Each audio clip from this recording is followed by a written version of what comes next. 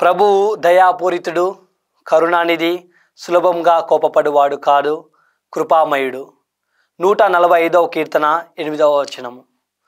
ప్రియా సహోదరి సహోదరులారా, ఈనాటి మొదటి పఠనములో సువార్త పఠనములో మనము ధ్యానించినట్లయితే ప్రభుని యొక్క కారుణ్యాన్ని, క్షమాగుణాన్ని తేటతెల్లముగా వివరిస్తున్నాయి. సువార్త పఠనంలో తప్పిపోయిన కుమారుని గురించి మనమందరం ధ్యానిస్తున్నాము.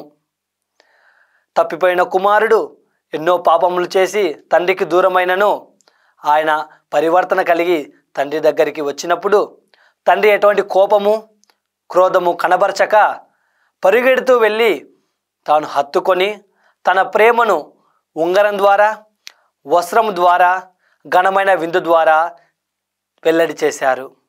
అలాగే మొదటి పట్టణంలో మీకా గ్రంథము 7వ అధ్యాయములో ఇజ్రాయేలు ప్రజలు ప్రభుని యొక్క క్షమాపణను పొందుట గురించి మనమందరం కూడా ధ్యానిస్తున్నాము.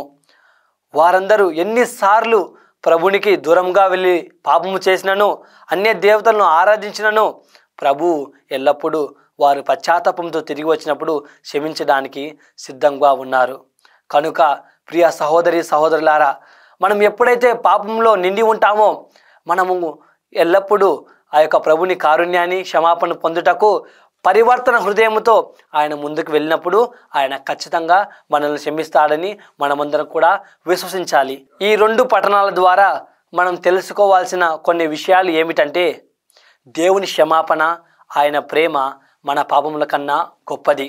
ఆయన ఎల్లప్పుడూ తన 2 చేతులు చాచి మనల్ని క్షమించడానికి సిద్ధంగా ఉన్నాడని విశ్వసించాలి. రెండవది, మానవుడు ఎంత అవిశ్వాసం కనబరిచినను దేవుని విశ్వసనీయత, దేవుని యొక్క ప్రేమ ఎన్నడూ వీడిపోదు. దేవుని యొక్క కారుణ్యాన్ని కూడా మనమందరం కూడా అలవర్చుకోవాలి.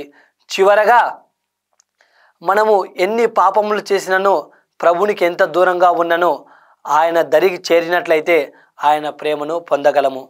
కావున ప్రియ సహోదరులారా, ఈ తపస్సు కాలంలో, కృపాకాలంలో ఉన్న మనమందరం కూడా అలవరుచుకోవాల్సిన ముఖ్య గుణాలు ఏమిటంటే క్షమాపణను పొందడము, అలాగే క్షమించడము. తద్వారా ఆ ప్రభుని కారుణ్యాన్ని మనం పొందగలము, మనం ఇతరులను కూడా ప్రేమించగలం. ఆమేన్.